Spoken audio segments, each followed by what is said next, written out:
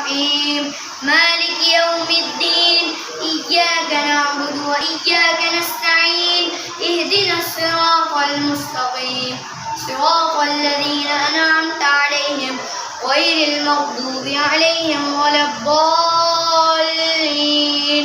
فمن أظلم ممن كذب على الله وكذب بالصدق إذ جاءه أليس في جهنم مثوى للكافرين والذي جاء بالصدق وصدق به أولئك هم المتقون ليكفر الله عنهم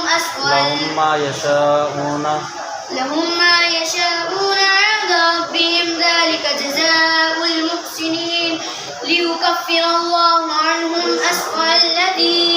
أسوأ الذي عملوا ويجزيهم أجرهم بأحسن الذي كانوا يعملون أليس الله بكاف عبده ويخوفونك